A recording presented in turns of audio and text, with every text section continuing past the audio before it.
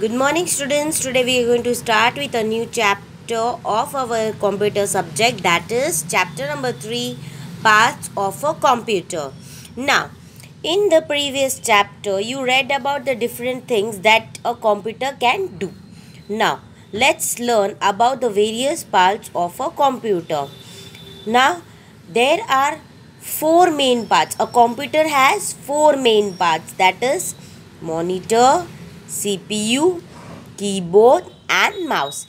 These four parts are very important, means they are very important. Without these, your computer cannot work. All of them together make a computer system. All of these are generally connected by wires to make them work.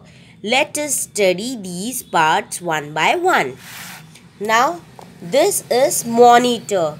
It looks like a TV. It is called Visual Display Unit, VDU. It displays words and pictures. It looks like a TV. Okay. Then CPU. A CPU cabinet is known as a CPU box. The CPU cabinet contains the central processing unit. The full form of CPU is Central Processing Unit. It is the brain of the computer. Without these, your computer cannot work properly, or it does not work only. Okay? It controls the other parts of the computer. Then keyboard. A keyboard has many buttons called keys. I know that a keyboard has alphabet keys, number keys, space bar, enter key.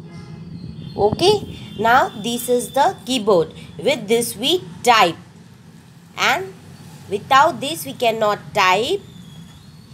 It has many alphabets. It has the alphabets, it has numbers, it has space bar, it has enter key. Okay. Then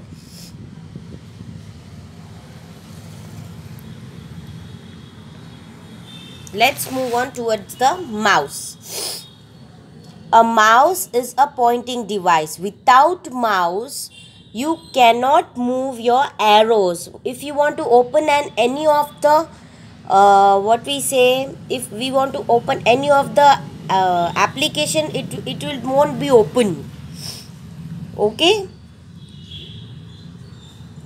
A mouse is pointing device normally joined by a cable to a computer. It helps us to point at things on the computer monitor. The mouse is also used to click and drag the things on the computer monitor. It helps us to draw pictures too. A mouse can be handled better when a mouse pad is, as it moves well on the smooth surface. Okay. Now printer. Now without this printer you can't print any of your whatever documents or pictures if you ask it to print. Now a printer is used to create a copy, usually on a sheet of paper, of the application stored in your computer. This copy on the paper is called printout. Okay. Then microphone and speakers and headphones. Microphones and speakers, when attached to a computer from sound system of the computer, they are the part of multimedia devices of a computer. Now, microphones, speakers and headphones are connected through this CPU part, and then it works like a multimedia computer system. Now, what is microphone? Microphone means this is the microphone, and this is used for speaking or recording of your voice. Okay. Now, these are the speakers. Speakers are used to listen to the recorded sound or music. Headphones. Headphones are used to listen to the recorded sound as music without disturbing others. Like if you put these headphones in your ears now, you can listen it only, no others can listen, only you can listen. It is used basically for not disturbing to others. Then input and output device. Input device are used to enter the data into the computer. The input devices are keyboard, music, microphone. These are called input device. Input devices are used to enter data in the computer. And what is output device? Output devices are used to give output. The output may be in the form of words, letters or sounds. These output devices are monitor, printer, speakers and headphones. Okay. Then UPS. UPS, it stands for uninterrupted power supply. A UPS keeps the computer working for some time in case of power cut. Now in CPU you have one more small device. It is called UPS. It works for the computer in case of power cut. Means it works for a very little time, but it helps you to save everything. Then floppy disk, hard disk, CD, DVD and pen drive. What is a floppy disk? Inserting a floppy disk into a floppy disk device.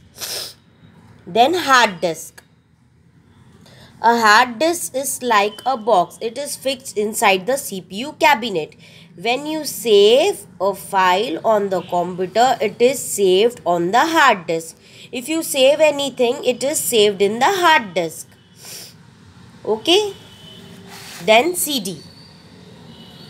A CD can store more information than a floppy disk. Both CD and DVD are round in shape and are of same size.